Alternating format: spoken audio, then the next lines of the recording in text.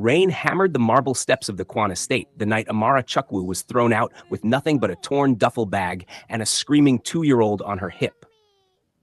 "You will not step foot on this property again," snapped Madame Kwan, her silk robe untouched by the storm, because she stood safely under the portico, watching a woman she had employed for 3 years become a stranger to her in less than 3 minutes. Security. Now. 2 guards moved forward, not gently.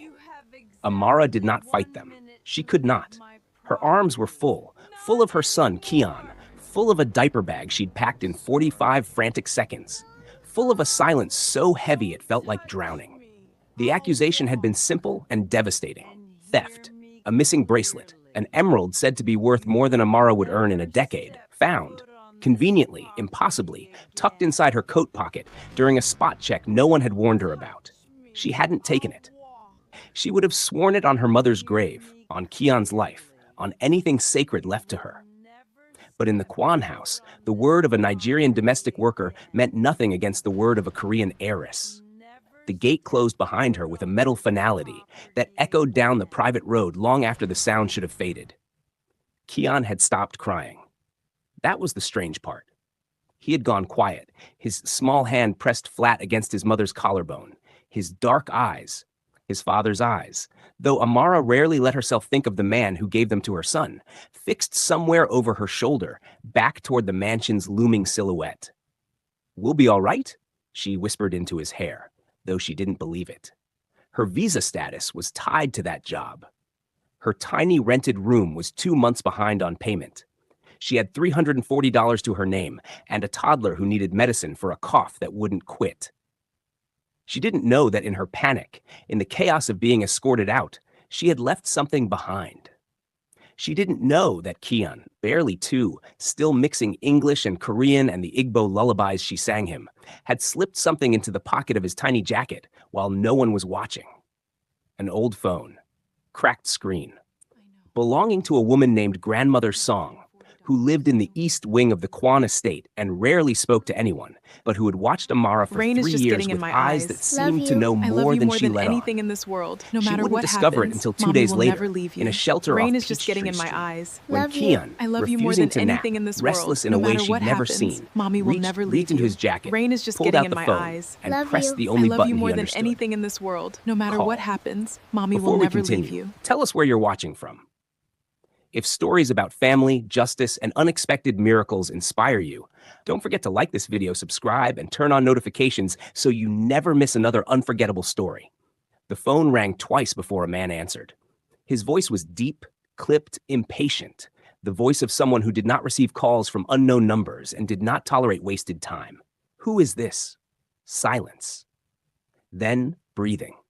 Then, in the halting, half-formed language of a toddler who had spent his whole short life surrounded by 2 tongues at once, Apanim, mommy crying. The word landed like a blade. Apanim, father. 3,000 miles away, in a glass office 40 floors above the streets of Seoul, Jian Kwan, chairman of Kwan Biotech, a man Forbes had called the coldest genius in Asian pharma, set down the contract he'd been reviewing. His hand, usually steady enough to sign billion-dollar mergers without a flicker, trembled. He had heard that word only once before, years ago, from a photograph he was never supposed to see. "Say that again," he said, his voice suddenly unrecognizable even to himself. "Who taught you to say that?" But the call had already dropped. The old phone, its battery long neglected, had given its final breath the moment the message was delivered. Jian sat frozen, staring at the blinking screen, a single unknown number glowing in the record of missed connections. Outside his window, Seoul sparkled indifferent and vast. Inside him, something that had been buried for 3 years cracked open like frozen ground in early spring. He picked up his private line and dialed a number he hadn't used in 6 months. "I need you to find someone," he said. "A woman, Nigerian, I believe, or possibly naturalized. She may be using the name Amara. She would have a son, 2 years old." His voice caught, just slightly on the next words. "I need you to find my son." What Jian didn't know, what no one in the Kwan family knew, save one silent old woman polishing teacups in the East Wing, was that Amara had not vanished from his life by choice. 3 years earlier, she had been the only person outside the family who who treated Grandmother Song with genuine tenderness instead of dutiful obligation. It was Grandmother Song who first noticed the way Jian's eyes lingered on the new housekeeper during his rare visits home. It was Grandmother Song who, without a word to anyone, had watched a quiet romance bloom between the heir apparent and the woman hired to iron his shirts, a romance neither of them had dared name until it was too late to hide. And it was Madame Kwan, Jian's mother, who had discovered it first and ended it with the precision of a surgeon.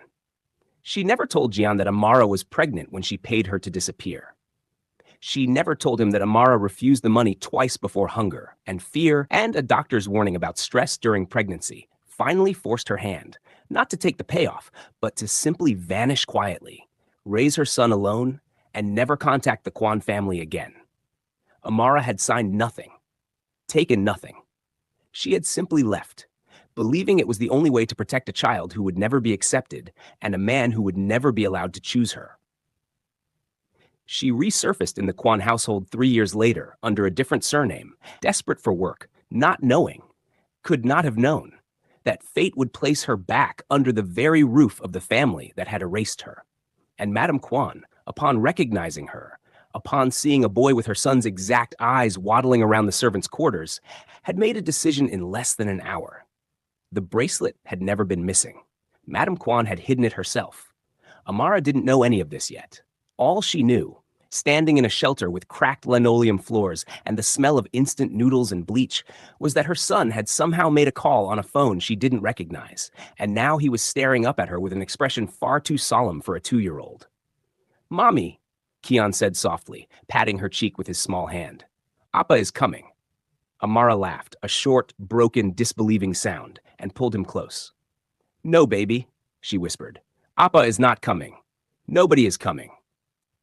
She had no way of knowing that 6,000 miles away, a private jet was already being fueled. She had no way of knowing that the man she'd spent 3 years trying to forget had just canceled every meeting on his calendar for the next month. She had no way of knowing that the storm that had thrown her out into the rain had only been the beginning. The private investigator Jian hired was named Detective Priya Ose, half Ghanaian, half Korean herself, a former NIS analyst who had left government work after growing disillusioned with cases that were closed before they were solved. She specialized in exactly the kind of search Jian needed: quiet, thorough, and untraceable to the family whose secrets it might unearth. "Give me everything you have," she told Jian over a secure video call, her tone clipped but not unkind. "Name, photograph, last known employer, timeline." Jian hesitated. "The employer," he said slowly, "is my mother's estate." Priya's expression didn't change, but something behind her eyes sharpened. "Your mother employed her?" "For the last 3 years. Housekeeping staff. I only learned that 2 days ago." When he stopped himself. He wasn't ready to explain the phone call, the single trembling word, the way it had unraveled him in front of his own board of directors during a merger call he'd had to abruptly reschedule. "When I received information suggesting she may be the mother of my child." Priya set down her pen. "Mr. Kwan, I need to ask you something, and I need you to answer honestly, because it changes how I search. Did your mother know this woman was connected to you?" The silence on the line lasted 11 seconds. "I don't know," John finally admitted, "but I intend to find out." 3 days into her investigation, Priya sat across from Grandmother Song in a quiet corner of the Kwan Estate's garden, where the old woman spent her mornings feeding koi and apparently saying very little to very many people. "You knew," Priya said. It wasn't a question. Grandmother Song continued scattering fish food across the pond's surface, her weathered hands unhurried. "I am 81 years old," she said finally, in Korean, her voice like paper folded many times. "I have learned that some truths are not mine to give away, only to protect until someone is brave enough to ask. I'm asking." The old woman looked up, and for the first time, Priya saw real grief in her face, grief that had clearly been carried alone, in silence, for years. "The girl loved him honestly," she said. "Not for his money. I watched her turn away gifts he tried to give her before either of them understood what was happening between them. When she disappeared, I searched for her myself, quietly, for months. I found nothing. She hid herself well, too well for a woman with nothing. And when she came back, Under a different name, working in this house? Grandmother Song's hands stilled over the pond. I recognized her the first week. I said nothing to my daughter-in-law. I told myself it was not my place. Her voice cracked, almost imperceptibly. I was wrong. My silence protected no one. It only gave Madame Kwan time to plan. Plan what? The old woman finally met Priya's eyes fully. You should ask the head of household staff what became of the emerald bracelet reported stolen. Ask her where it was found and by whom, and whether the placement made any sense to a woman who has managed inventory in this house for 15 years.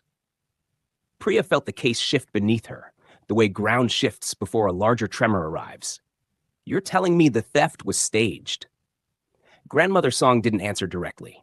She simply rose, brushing invisible dust from her hanbok, and said, I am telling you that some mothers protect their children by loving them, and some protect them by destroying anyone who might make them vulnerable.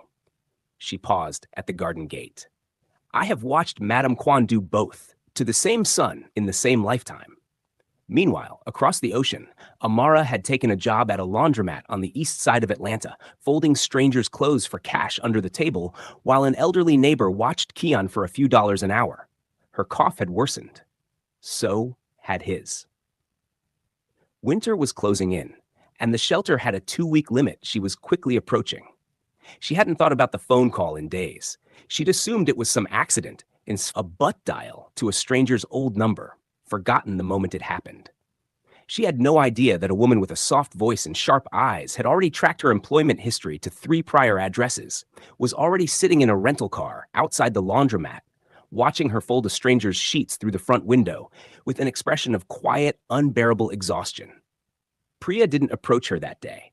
Instead, she called John. I found her. The silence on the line was so long, Priya thought the call had dropped.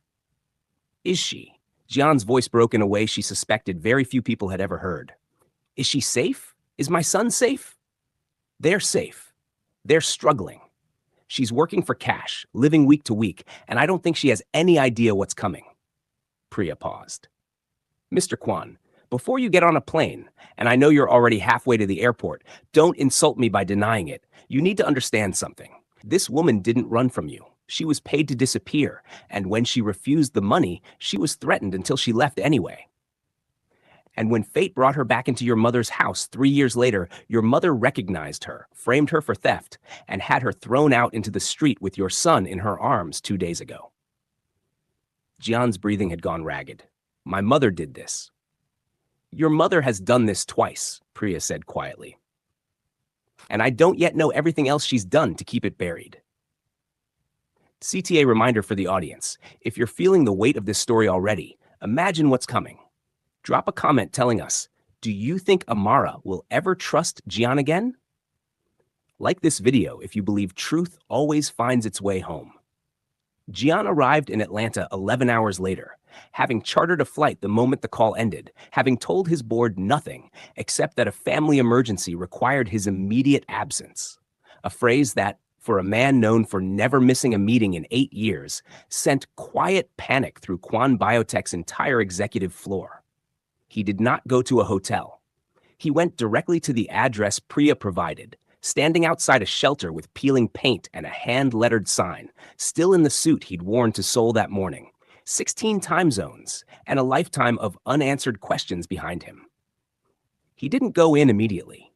He stood on the sidewalk for nearly 20 minutes, his hand raised toward the door and then lowered, 3 separate times, terror rendering a man who negotiated billion-dollar acquisitions for a living completely unable to knock.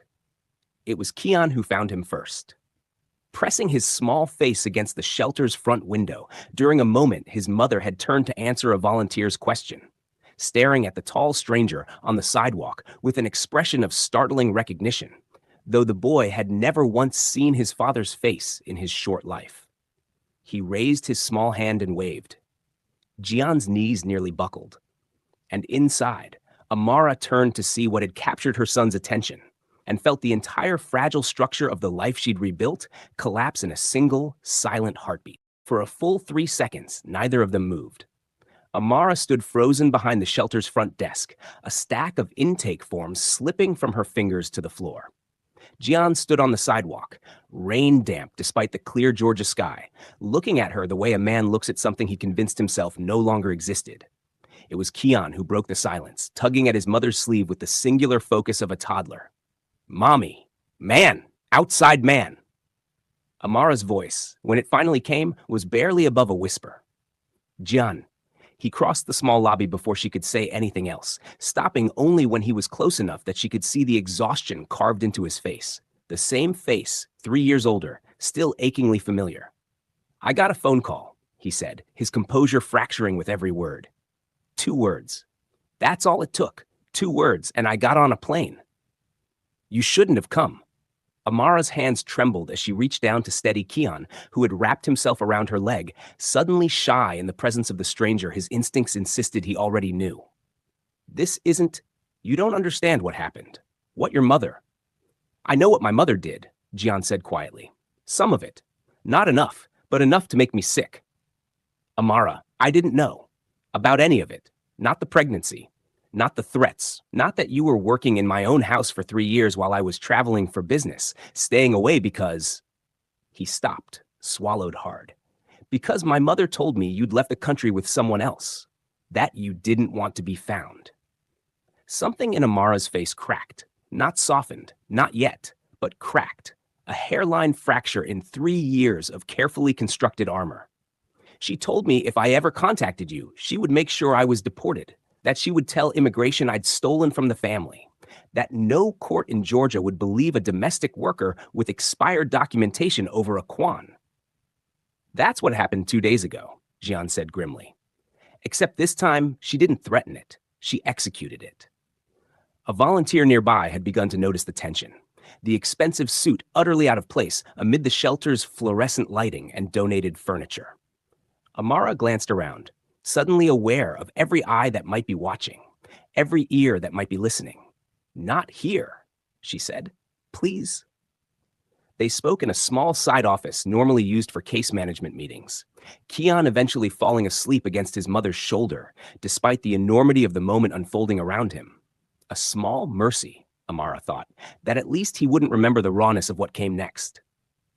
I need you to understand something, Amara said, her voice steadier now, forged by 3 years of doing everything alone. I didn't reach out to you because I made a choice. I chose to protect him. A child caught between the Kwan family and nothing. No name, no legitimacy, no protection. That's not a life. I thought disappearing gave him a chance at something simpler, something safer. And instead you gave him 3 years without a father, and a mother working herself into the ground, and a shelter bed instead of a home. Jian's voice was gentle, but the words landed with weight. I'm not blaming you. God, Amara, I'm not. I'm blaming myself for believing my mother's lies instead of looking harder. I'm blaming a system that made it easier to erase you than to fight for you. But I'm done being someone who accepts easy answers. Amara studied his face for a long moment, searching for the version of him she remembered. The man who used to sneak down to the kitchen after midnight just to talk with her while she prepped breakfast, who had once spent 4 hours helping her practice for a citizenship interview she never got to take. She found traces of him still there, buried under 3 more years of boardrooms and isolation. What do you want, Jian? She finally asked. Because I can't do temporary. I can't let him get attached to a father who disappears back to Seoul the moment this gets complicated. He deserves better than that. I want to fix what my family broke, Jian said. Starting with legally acknowledging him as my son. Starting with making sure neither of you ever has to sleep somewhere like this again. And eventually, he hesitated, aware of how fast, how impossible it might sound. Eventually, I want the chance to earn back whatever we could have been, if we'd been given an honest shot at it the first time. Kian stirred against his mother's shoulder, murmuring something half-formed in his sleep, and both adults fell quiet, watching him with the particular ache of parents who understood, in that moment, that whatever came next would shape the entire rest of his life. What neither of them knew was that Madame Kwan had not been idle in the 2 days since Amara's dismissal, anticipating, correctly, that grandmother Song might eventually break her silence, And suspecting that a phone call from a toddler's cracked screen device might not have been the accident it appeared, Madame Kwan had already contacted the family's legal team with instructions that chilled even the most seasoned corporate attorneys on retainer. I want documentation prepared showing Amara Chukwu was terminated for cause, with evidence of theft. She instructed over a secure line from her private study, her voice as calm as if she were discussing dinner reservations. I want her immigration status flagged with the appropriate authorities. And I want a paternity challenge prepared in case my son does something foolish. Madam Kwan, the attorney said carefully, if Mr. Kwan has already confirmed paternity informally, a legal challenge without strong grounds could. I don't need it to succeed. Madam Kwan interrupted. I need it to take time. Time is the only weapon I have left. Use it. She hung up, walked to her window overlooking the private gardens where Grandmother Song was, at that very moment, sipping tea with unusual serenity, and allowed herself a single, tight breath. She had lost control of this once before, 3 years ago, and only barely reclaimed it. She would not make the same mistake twice, regardless of what it cost her, regardless of who she had to become to win. Regardless, even, of her own son's forgiveness. Back in Atlanta, as dusk settled over the shelter and Jian arranged, in a series of rapid phone calls, for Amara and Kian to be moved into a secure hotel that night, Priya Ose sat in her rental car reviewing something that had just landed in her inbox. A document forwarded to her by a source inside the Kwan family's legal department, someone who had grown quietly uncomfortable with the direction the family patriarch's estate had taken over the last several years. It was an old employment file. Amara's original hiring paperwork from 3 years ago, back before the disappearance, back when she was hired not as a housekeeper, but as something else entirely, a personal translator and cultural liaison for a business venture the Kwan family had pursued in Lagos. A venture Priya realized with growing unease as she read further, that had collapsed under mysterious circumstances around the same time Amara vanished. A collapse that had cost the family's biggest rival, a Nigerian pharmaceutical conglomerate, nearly $200 million. A collapse someone had once quietly and without evidence attributed to industrial sabotage. Priya's pulse quickened. This wasn't just a story about a broken family anymore. It was starting to look like a story about a much older, much more dangerous secret, one that Madame Kwan might have buried Amara to protect long before love and inheritance ever entered the equation at all. Priya didn't sleep that night. By 3 a.m. Atlanta time, she had traced the collapsed Lagos venture, a joint pharmaceutical distribution deal between Kwan Biotech and a company called Adaeze Pharmaceuticals, back to a single contested shipment of manufacturing equipment that had vanished somewhere between customs clearance in Lagos and a warehouse in Busan. Adaeze Pharmaceuticals had been run by a man named Chief Obiora Adaeze. And according to a single sentence buried in an old visa application, Priya had pulled from an immigration database with a favor she'd rather not have called in. Amara's maiden name, the one she'd used before quietly changing it after Kian's birth, was Amara Adaeze. Priya sat back in her chair, the pieces reshaping themselves in her mind. Amara wasn't just a domestic worker who'd fallen in love with her employer's son. She was the daughter of the man whose company had nearly gone bankrupt the same year the Kwan Adaeze venture collapsed. A collapse that had, according to 2 separate financial filings, directly benefited Kwan Biotech's expansion into West African markets. Had Amara known this when she took the job as a translator 3 years ago? Had she been sent, deliberately, strategically, into the Kwan family's orbit? Or had she, like her son years later, simply stumbled into a fire lit long before she arrived? Priya knew she needed to ask Amara directly. But first, she needed to understand exactly what Madame Kwan had been protecting all along.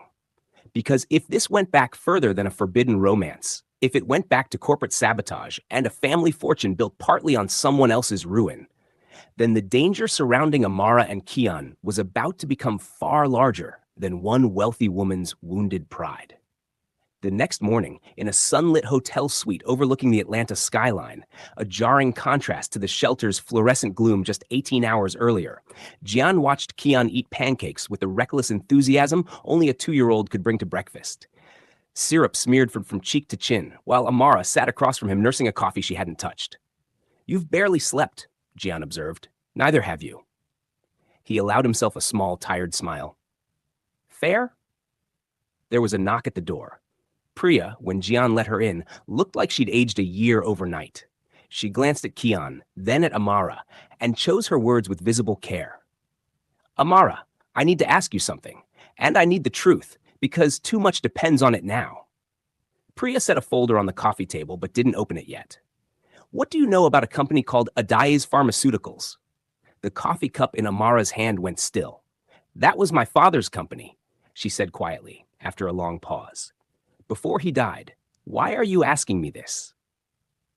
"Because 3 years ago, right around the time you first started working for the Kwan family as a translator, that company collapsed, a shipment that never arrived, a deal that fell apart, millions lost. And I think Madame Kwan might have known who you were before she ever hired you. I think she might have brought you into that house on purpose." Amara's face had gone pale. "That's not possible. I took that job because I needed work after my father's business failed. I needed to support myself. I didn't even know the Kwan name was connected to the deal that ruined him until much later. And by then," she stopped, her hand pressed to her mouth. "By then, I was already in love with her son. By then, it was too late to walk away and pretend I hadn't fallen for the family that destroyed mine." The room went silent except for Kian's happy, syrup-sticky humming. Jian's expression had shifted into something Priya hadn't seen from him yet. Not shock, but a slow, dawning horror. "My mother didn't just separate us because she thought you were beneath our family," he said slowly. "She separated us because you were the daughter of the man whose ruin funded half our West African expansion. If that ever came out, if I ever married you, if the Adai's name and the Kwan name were tied together by more than old business, questions would resurface that she spent years burying." "Questions about what exactly?" Amara asked, though something in her voice suggested she already feared the answer. Priya finally opened the folder. "About whether that shipment ever actually got lost, or whether someone made sure it did." CTA reminder: if this story is keeping you on the edge of your seat, type "justice" in the comments below. We read every single one, and it helps us know you're rooting for Amara and Kian to get the life they deserve.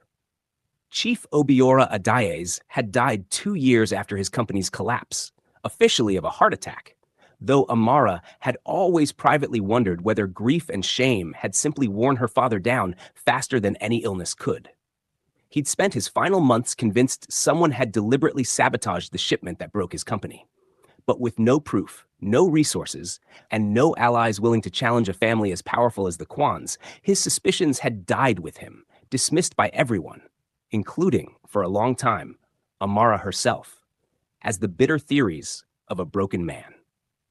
Now, watching Priya lay out shipping manifests, altered customs documents, and a wire transfer from a shell company registered in the British Virgin Islands, a transfer made 3 days before the shipment vanished to an account eventually traced back to a mid-level Kwan biotech logistics manager who had conveniently retired with a generous severance package the same year. Amara understood, for the first time in her life, that her father had been right. "She ruined my family to expand hers," Amara whispered. "And then, when her son fell in love with the daughter of the man she ruined me too, to protect the secret." "I need to show you one more thing," Priya said gently, "and I need you to prepare yourself, because it's going to be difficult to hear."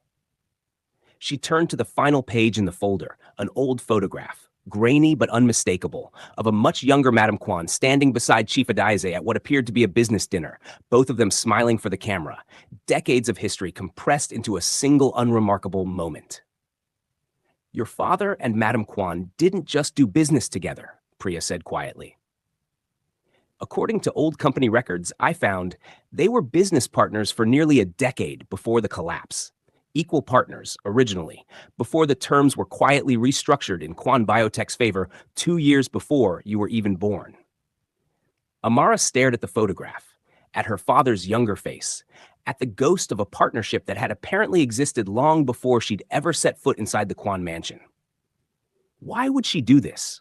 Amara asked, her voice barely audible. "To someone she once called a partner?" Priya's answer, when it came, was grim. That, she said, is exactly what I intend to find out, and I don't think we're going to like what we discover. Outside the hotel window, thunder rumbled faintly over the Atlanta skyline, a storm gathering in the distance, moving closer, the same way it had the night Amara was cast out into the rain with nothing but her son and a stranger's forgotten phone. Some storms, it seemed, took years to fully arrive. Halfway across the world, Madame Kwan received a phone call that made her set down her teacup with unusual precision, as though any sudden movement might shatter the careful composure she'd spent 40 years perfecting. "They know about Adayas," said the voice on the line. Her longtime legal counsel, a man who had served 3 generations of the Kwan family and understood better than anyone alive exactly how many bodies were buried beneath the family's polished public image. Priya Ose pulled the shipping records. She has the wire transfer. She has the photograph. Which photograph?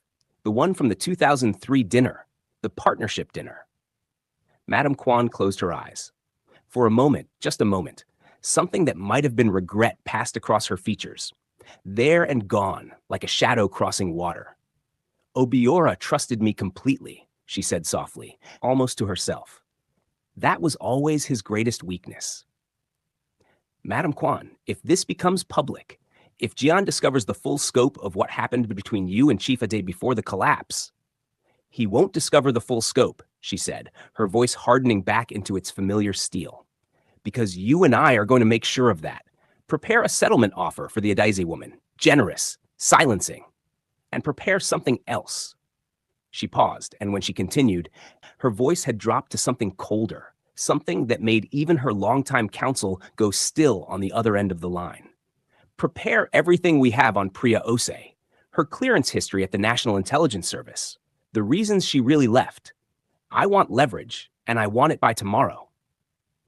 Madame Kwan, threatening a licensed investigator who's already uncovered evidence of financial fraud is an enormous risk.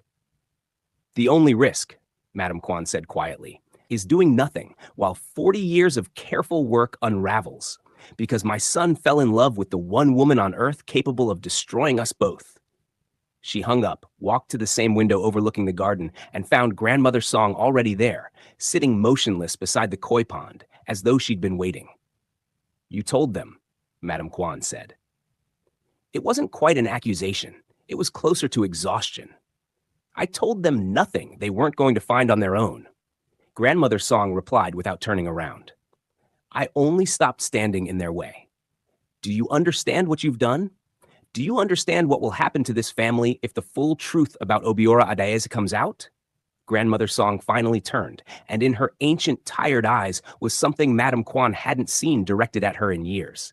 Not fear, not deference, but a quiet, unshakable disappointment.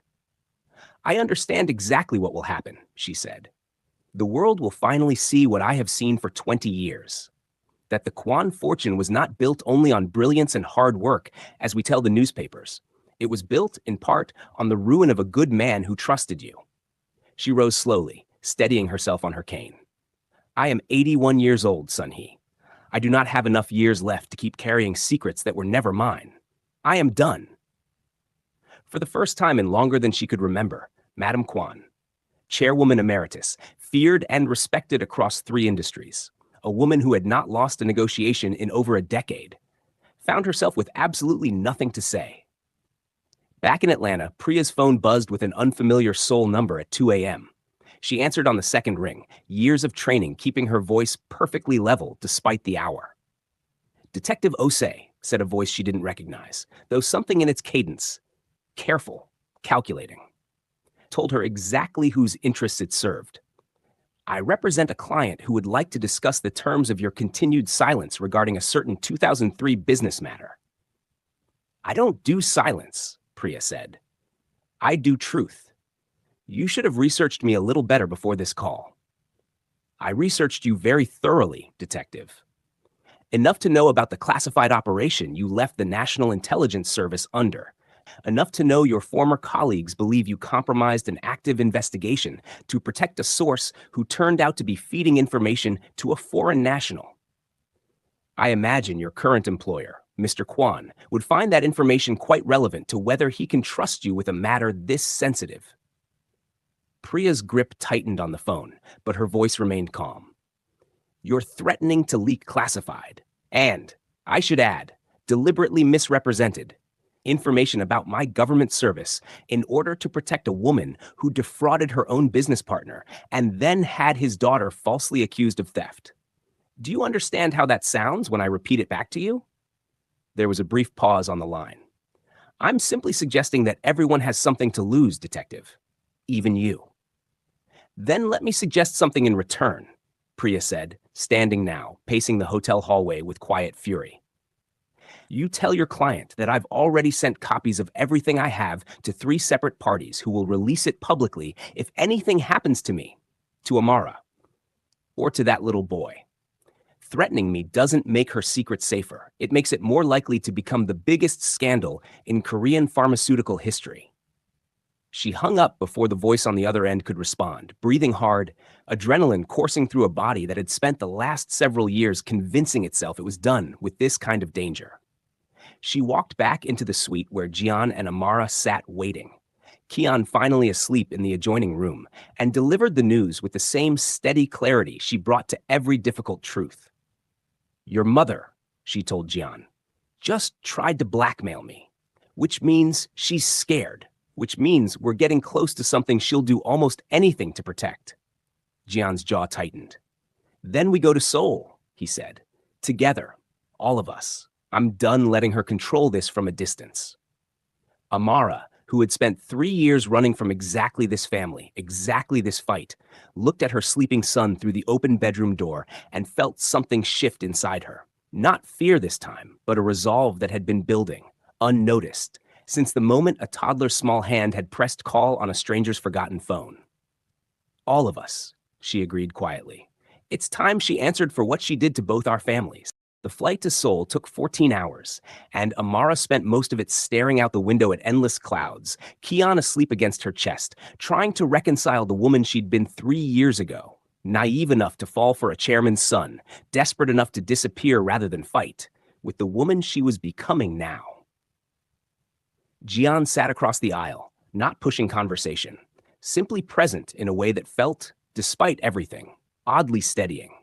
Somewhere over the Pacific, he finally spoke. I need to tell you something about my father, he said quietly.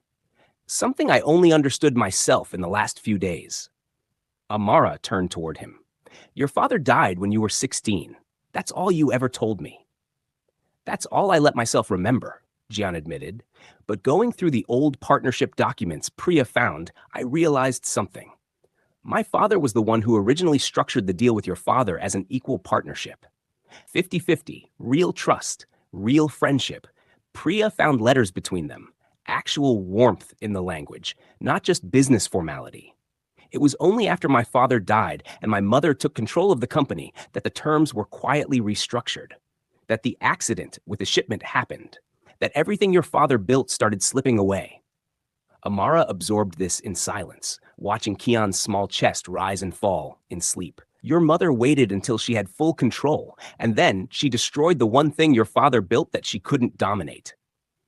I think so, Jian said, his voice heavy with a grief that seemed to span decades, not days. I think my mother has spent 20 years protecting an empire built partly on betraying the memory of her own husband's closest friend. And I think somewhere along the way, she convinced herself it was justified. That strength meant never showing mercy. That softness was the thing that got my father killed by stress and overwork trying to keep everyone happy. Do you believe that? Amara asked. That softness is weakness? Jian looked at her for a long moment, then glanced at Kian, sleeping peacefully despite the storm of history swirling above his small head. I believe, he said finally, that a 2-year-old boy just did something with a single desperate phone call that my mother's entire empire couldn't accomplish in 20 years. He told the truth. And the truth, it turns out, is stronger than anything she built to hide it. They landed in Seoul under a gray, drizzling sky that felt, to Amara, uncomfortably familiar. The same kind of rain that had followed her out of the Kwan Estate's gates 3 years ago, and again, just days before. Grandmother Song was waiting for them at the private airfield, standing beneath an umbrella with a composure that belied the enormous risk she'd taken in orchestrating this entire reunion from the shadows. "You came," she said simply, her eyes moving first to Jian, then softening as they landed on Kian, awake now and staring at the elderly stranger with open curiosity. "Because of you," Jian said, embracing her gently. "I know it was you who kept that old phone charged in Kian's jacket pocket. I know it was you who made sure he knew that number somehow, even though he's barely 2. Grandmother Song's eyes glistened, though her voice remained steady. "I visited them in secret, twice, in the 2 weeks before Amara was let go. I didn't dare speak to Amara directly. I was afraid of what my daughter-in-law would do if she suspected I knew the truth. But I spent time with the boy. I taught him one word, one number to remember, in case the day ever came when he needed to reach his father and no one else was able to help him." She reached out, touching Kian's cheek with visible tenderness. "I did not expect it to happen so soon, but children surprise us. They understand more than we give them credit for." Amara, watching this elderly woman who had quietly, at enormous personal risk, engineered the reunion of a family her own daughter-in-law had spent years trying to destroy, felt something in her chest loosen for the first time in days. "Thank you," she said softly, "for not giving up on us, even when everyone else did. I did not do it only for you," Grandmother Song said, her gaze drifting toward the city skyline, toward the distant glass tower where Madame Kwan was, at that very moment, no doubt preparing her next move. "I did it because I loved my son, Jian's father, very much, and I watched his wife slowly bury everything he built, everything he believed in the name of protecting an empire he never wanted built on cruelty in the first place." She turned back to them, her expression resolute despite her age. "It is time someone finally stopped her." CTA reminder. We want to know, do you think Madame Kwan can ever be forgiven for what she's done? Or has she gone too far? Share your honest thoughts in the comments. Every single one helps this story reach someone who needs it today. They arrived at the Kwan estate as the rain intensified, the same iron gates that had closed behind Amara in cold finality now opening slowly to admit her, this time beside the man whose name alone could unmake everything his mother had built to keep her out. Madame Kwan was waiting in the main hall, flanked by 2 attorneys, her posture immaculate despite what Priya's earlier warning had clearly cost her in sleep and composure. Her eyes moved over the small group. Her son, the woman she'd twice tried to erase, the toddler whose existence had unraveled 2 decades of careful secrecy, and finally, Grandmother Song, standing quietly at the back with an expression of unshakable resolve. "You've made your choice," Madame Kwan said to Jian, her voice cool, controlled, betraying nothing of the fear Priya had detected on the phone the night before. "I hope you understand what it will cost this family." "I understand exactly what it will cost," Jian replied, his voice steadier than it had been in days. "It will cost us the lie we've been living on. I think that's a price worth paying." Madame Kwan's gaze shifted to Amara, and for one unguarded moment, something almost like recognition, almost like remorse, flickered across her carefully composed features. "You look tired," she said, an observation so unexpectedly human that it caught everyone in the room off guard. "I am tired," Amara said quietly, holding Kian a little closer. "Tired of running, tired of hiding, tired of being punished for loving your son and being born to a man you decided was disposable." She met Madame Kwan's eyes directly, refusing to flinch. "But I'm done being tired quietly. I came here for the truth, and I'm not leaving without it." Madame Kwan studied her for a long moment, then looked down at Kian. Really looked at him, perhaps for the first time, taking in the shape of his eyes, the set of his jaw, features that belonged unmistakably to both families she had spent 2 decades trying to keep separated. Something in her posture, almost imperceptibly, began to change. "Come to my study," she said finally, her voice quieter than anyone had ever heard it. "All of you. It's time you heard the whole story, not the version I've told for 20 years, but what actually happened the year your father died, and the year I made the worst decision of my life." Madame Kwan's private study was lined floor to ceiling with awards, photographs, and the accumulated trophies of 40 years spent building an empire. And yet, as she settled into the chair behind her desk, she seemed, for the first time any of them had witnessed, genuinely small within it. My husband and Obiora Adaize were closer than brothers, she began, her hands folded tightly in her lap. When Kwan Biotech was nearly bankrupt in the early 90s, it was Obiora's investment, money he could barely spare himself, that saved this company. My husband never forgot that. He structured their partnership as true equals, and he meant to honor that partnership for the rest of his life. She paused, gathering herself. When he died of a heart attack at 49, exhausted from years of building this company from nothing, I was left with a 16-year-old son, a board of directors who doubted a woman could run a pharmaceutical empire, and a 50-50 partnership with a foreign businessman that many on that board saw as a liability rather than a legacy. Her voice tightened. I was terrified, and grief made me desperate, and desperation made me cruel. I let advisors convince me that consolidating full control of the company was the only way to protect Jian's inheritance. I let them convince me that Obiora, however good a man, however loyal a friend to my husband, was expendable in service of that goal. So you had the shipment sabotaged, Priya said quietly, no longer a question. Madame Kwan flinched, but nodded. I told myself it was business. I told myself Obiora would recover. He was brilliant, resourceful. He'd built his company from nothing once already. I didn't know how close it would push him to complete ruin. I didn't know he would die of grief and stress 2 years later. And by the time I understood the true cost of what I'd done, it felt too late to undo it, too dangerous to confess, too shameful to face. She looked up, finally, at Amara. When you arrived at my door 3 years ago, a translator, brilliant and gracious and utterly unaware of who I was to your family's ruin, I told myself it was a strange coincidence, nothing more. I told myself I owed you nothing because you didn't know the truth either. But then I fell in love with your son, Amara said softly, and suddenly I wasn't just a coincidence anymore. I was a threat to the secret you'd buried. Yes, Madame Kwan admitted, her voice barely above a whisper now. If you married Jian, if the Adaize and Kwan names were joined by love instead of buried business history, I feared it was only a matter of time before someone, you eventually, or your children someday, uncovered what really happened to your father's company. I told myself I was protecting this family's legacy. I understand now that I was only protecting my own guilt. The study fell into a heavy, aching silence, broken only by Kian, who had wandered from his mother's lap to examine a small porcelain figure on a side table, utterly unaware that his small, curious hands were resting inches from decades of buried grief. Jian finally spoke, his voice hoarse. You separated me from the woman I loved. You let me believe she'd abandoned me. You had her son's mother thrown out into the rain like a criminal over a lie you invented yourself. And all of it to protect a secret about what you did to Obiora Days 20 years ago. He shook his head slowly, grief and anger warring visibly across his face. I don't know if I can forgive that mother. Not yet. Maybe not for a long time. Madame Kwan's composure finally completely broke.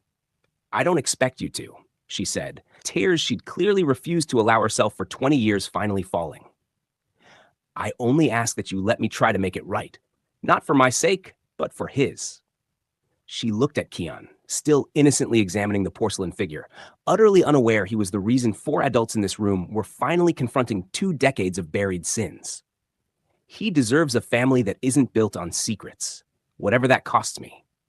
CTA reminder, stories like this remind us that truth always finds a way home, no matter how deeply it's buried. If you believe that too, tap that like button right now. It truly helps more people discover this story. The reckoning, once begun, could not be contained to a single conversation in a private study. Within a week, Priya's carefully assembled evidence, the shipping records, the shell company transfer, the restructured partnership documents, found its way, through channels neither Jian nor Amara fully controlled, to financial journalists in both Seoul and Lagos. Madame Kwan, rather than fighting the exposure as she once might have, made the unprecedented decision to get ahead of it. A public statement acknowledging the sabotage of Adaize Pharmaceuticals 2 decades earlier, an offer of substantial financial restitution to what remained of the Adaize family and its former employees, and, most surprising of all, to the board members who had built careers around her reputation for ruthlessness. her own resignation from the chairwoman emeritus position she'd held for over a decade. "I built this company on my husband's dream and another man's ruin," she said in a brief statement that stunned Korean business media. "It's time I stopped pretending those two things could remain separate forever."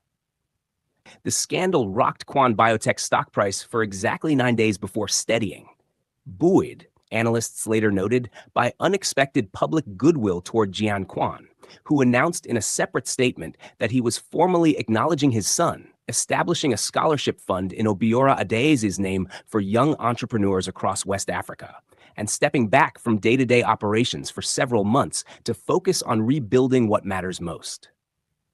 Amara, watching the story unfold from the quiet safety of a modest apartment Jian had insisted on, not the mansion, not yet, not until she was ready, felt something she hadn't allowed herself to feel in 3 long years.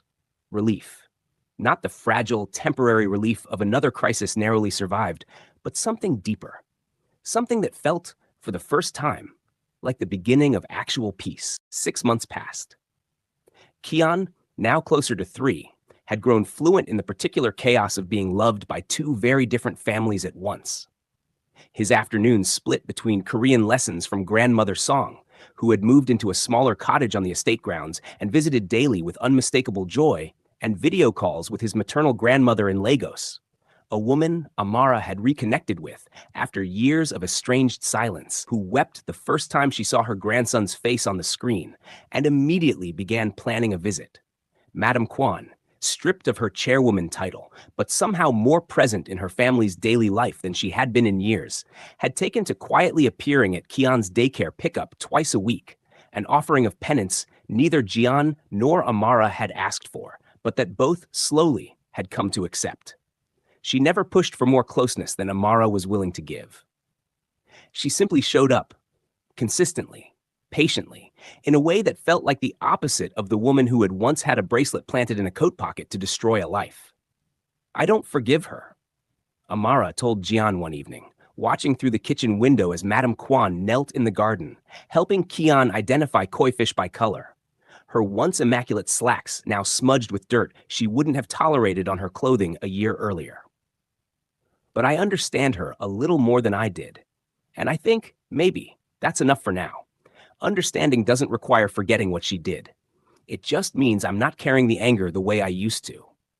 Jian wrapped an arm around her, still careful, still deliberate in the way he'd been ever since Atlanta, never assuming, always asking, rebuilding trust one small, consistent gesture at a time rather than demanding it be granted all at once. "Priya called this morning," he said. The restitution fund cleared its final approval. Adaze Pharmaceuticals' former employees, the ones who lost pensions when the company collapsed, they're being fully compensated, starting next month. Amara felt tears prick at her eyes, unexpected even after everything. "My father would have wanted that more than the money for himself. He always said the people who worked for him were the real backbone of everything he built." "There's something else?" John added, more carefully now. "The scholarship fund, the one in your father's name, it received its first applications this week. Priya's helping review them. Young entrepreneurs from Lagos to Accra to Nairobi, applying for grants to build the kind of company your father dreamed of building before it was taken from him." He paused. "I thought maybe, when you're ready, you might want to help choose the first recipients. It seems fitting. His legacy, guided by his daughter." Amara turned to face him fully, searching his expression for any hint of obligation, any sense that this was performance rather than genuine amends. She found none. Only the quiet steadiness of a man who had spent 6 months proving, in small daily increments, that he intended to spend the rest of his life making up for the years they'd lost. "I'd like that," she said softly. "I'd like that very much." CTA reminder. This story started with heartbreak, but look how far we've come together. If stories about redemption and second chances matter to you, make sure you're subscribed, because the ending is coming, and you won't want to miss it. Not everything healed easily. Some wounds, Amara had come to understand, simply needed time and honesty rather than dramatic resolution.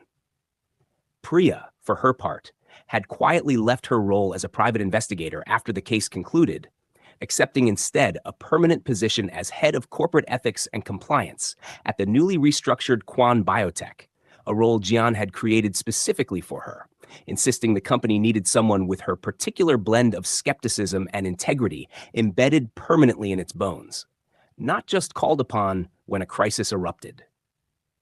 I never actually threatened to leak classified information, she admitted to Amara over coffee one afternoon, laughing at the memory despite its danger at the time. I bluffed, completely.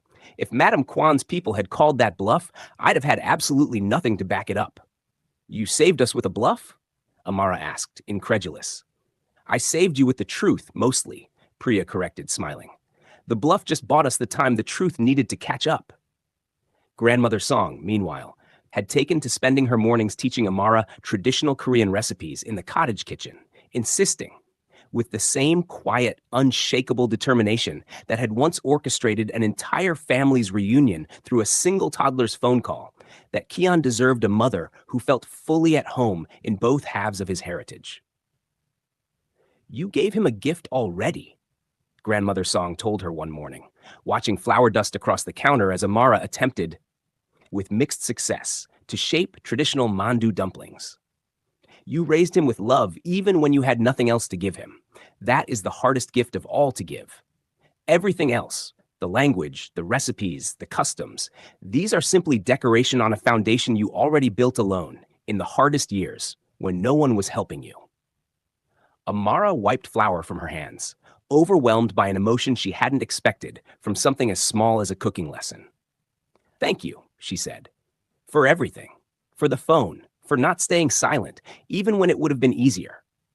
Grandmother Song's weathered hand covered Amara's on the counter, warm and steady.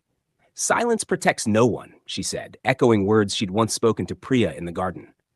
I learned that lesson far too late in my own life. I am glad I still had time to learn it in time to help yours. A year after the storm that had thrown her into the rain, Amara stood in the same garden where Grandmother Song fed koi every morning, watching Kian, now 3.5, fluent in the joyful chaos of switching between English, Korean, and the Igbo lullabies his mother still sang him every night, chase butterflies with an abandon that belonged entirely to childhood, untouched by the storms that had nearly consumed the adults around him. John approached quietly, watching his son with the particular tenderness of a father who had nearly lost the chance to know him. The scholarship committee finalized the first round of recipients, he said. 12 young entrepreneurs from 6 countries. Priya says the applications for next year are already triple what we expected. My father would be proud, Amara said softly. Not of the money, of what it's building. People getting the chance he never got. A second chance, or in some cases, a first real one. There's something else, Jian said, and something in his voice made her turn to face him fully. He reached into his jacket pocket, producing a small velvet box that made her breath catch, though not, she realized after a startled moment, in the way such boxes usually did. He opened it to reveal not a ring, but a key. It's to the cottage next to Grandmother Song's, he said, his voice carefully measured despite the visible nervousness beneath it. Not the main house. I know you're not ready for that, and honestly, I'm not sure I want Kian growing up in a house with quite that much history looming over every hallway. This is smaller, simpler, a place that could be entirely, completely ours, built new rather than inherited from all the complications that came before. Amara stared at the key, understanding immediately what he wasn't yet asking outright. Jian, I'm not proposing, he said quickly, gently. Not today. I know we're still rebuilding something that got broken before it ever had the chance to fully grow. I just want you to know that whenever you're ready, for a home, for more than that, for whatever comes next, I'm not going anywhere. I've spent a year proving that in small ways. I want you to know I intend to spend as many more years as it takes proving it in bigger ones, too. Amara closed her fingers around the key, feeling something settle in her chest that had been unsettled for 3 long years. Since a rainy night, a screaming toddler, a stolen bracelet that was never really stolen, and a life she'd rebuilt from nothing rather than let fear win. I'm not ready to say I forgive everything that happened, she said honestly. I don't know if I ever will completely. But I'm ready to build something new, something that isn't defined by what your mother tried to destroy. That's all I'm asking, Jian said, and for the first time in over a year, his smile reached his eyes completely, unguarded by grief or corporate composure or the particular exhaustion of a man carrying decades of his family's secrets.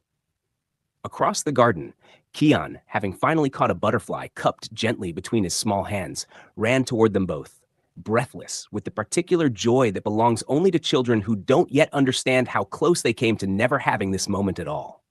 Look, look, Mommy, Appa, look.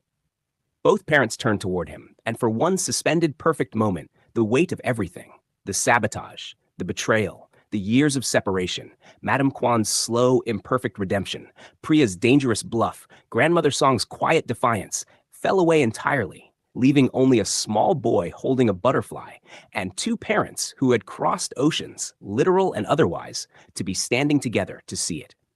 CTA reminder: we're almost at the end of this incredible journey together. If you've made it this far, we'd love to know, what part of this story touched you the most? Tell us in the comments, and don't forget to subscribe for more unforgettable stories of family, justice, and unexpected miracles. 2 years after the storm, on a bright spring morning in Seoul, the Kwan family gathered in the same garden where so much had been confessed, forgiven, and rebuilt. Though this time, for a celebration rather than a reckoning. Amara stood at the edge of a small, elegant gathering, nothing like the extravagant affairs the Kwan name usually demanded, deliberately intimate at her request. Wearing a dress that blended, in careful, thoughtful details Grandmother Song had helped design, both Nigerian and Korean traditions into something entirely new. Something that belonged to no single history, but to the family they'd built from the wreckage of two. Jian waited for her beneath a canopy of cherry blossoms, his hands trembling slightly, not with the fear of a chairman closing a difficult deal, but with the simple, overwhelming emotion of a man about to marry the woman he'd nearly lost twice, and had spent 2 years proving himself worthy of a third chance to keep. Kian, now 5, stood between them as they exchanged vows, not as a symbolic flower boy, but at his own insistence, holding both his parents' hands throughout the ceremony, as though determined never again to be separated from either of them by anything as fragile as a lie.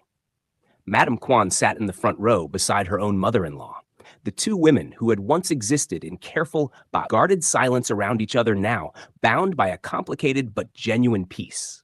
She had spent 2 years rebuilding her relationship with her son and grandson through consistency rather than apology, through small acts of humility rather than grand gestures, through simply showing up again and again until trust, slow, cautious, but real, finally took root. She would never fully escape what she'd done. The scandal still followed Kwan Biotech in business journals, a permanent asterisk on an otherwise gleaming corporate legacy. But watching her son marry the woman she'd once tried to erase, watching her grandson beam with a joy that belonged entirely to a child who had never once doubted he was loved, she understood that some redemptions weren't about erasing the past. They were about building something different enough and honest enough that the past no longer had the power to define what came next. Priya, standing near the back beside a Kwan Biotech legal team that had grown to genuinely respect her uncompromising integrity, watched the ceremony with quiet satisfaction, remembering the desperate 2 a.m. phone call that had nearly convinced Madame Kwan's lawyers they held all the leverage in the world. They hadn't. The truth had always held more power than any threat ever could. It had simply needed someone brave enough and patient enough to let it surface. As the ceremony concluded and the small gathering moved toward a celebration dinner, blending Korean and Nigerian dishes in a menu, Amara and Grandmother Song had spent weeks perfecting together. Kian tugged at his mother's dress, holding up something small and cracked-screened that made Amara's breath catch. The old phone, Grandmother Song's phone, somehow preserved, somehow kept safe through 2 years of chaos and rebuilding, now offered up by a 5-year-old with the solemn pride of someone presenting a sacred relic. Can we keep it forever? Kian asked. It's how I found Appa. Amara knelt down to his level, taking the small, battered device into her hands, feeling the weight of everything it represented. Not just a single desperate phone call, but the courage it had taken to rebuild an entire family from the wreckage of secrets, sabotage, and years of unnecessary separation. "Yes, baby," she said, pulling him into an embrace that Jian soon joined. The three of them wrapped together beneath the cherry blossoms, while Madame Kwan and Grandmother Song watched from a respectful distance. Two women from vastly different generations, finally united by the same quiet, hard-won peace. We'll keep it forever, because sometimes the smallest things, a single phone call, a single act of courage, end up changing absolutely everything. Behind them, the garden bloomed in the golden light of a Seoul spring afternoon, no longer haunted by rain or secrets or the ghosts of decisions made in fear 2 decades earlier. Ahead of them stretched a future built not on the empire Madame Kwan had once sacrificed everything to protect, but on something far more durable, a family that had chosen, again and again, to tell the truth rather than bury it, and had discovered in the telling that love, once given an honest chance, was stronger than any secret ever could be. If this story moved you, let us know in the comments which moment hit you hardest: the phone call, the confession in the garden, or the wedding beneath the cherry blossoms. Like this video, subscribe for more stories of family justice and unexpected miracles, and turn on notifications so you never miss what we bring you next. Thank you for watching until the very end.